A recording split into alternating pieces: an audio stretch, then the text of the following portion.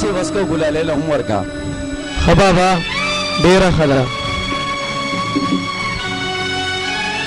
بابا دې ګلاله د مرز ونی لا علاج دی. اسده بچیا باز مرزونه لا علاج دي او چې په وخت علاج ونشي نو بابا ولې دې مرز نه بچ کېدو هیڅ لار نشته. شته بچیا شته ټول کواله کې د دې مرز نه د بچ کېدو د لپاره قطرې ورکول کېږي. نو بابا تاسو هغه قطرې دې ګلاله له ولې نه ورکولې؟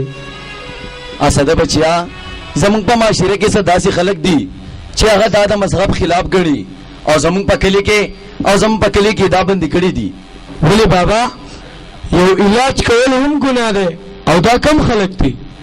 ته نه پوهېږې بچیا د دې خلکو د لاسه خو دلته لیډي ډاکټر او هسپتال هم نشته. که هسپتال وې نو ستا مور به د علاج د لاسه ولې مړه کېده.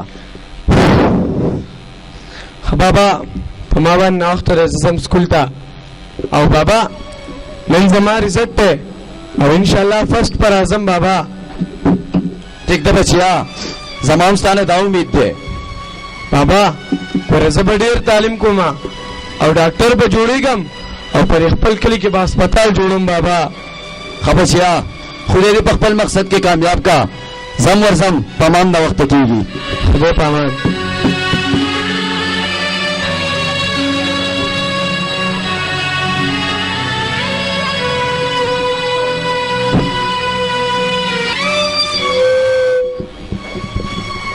لکه زه راځم وړه سده منډې مو ستړی دې کړم.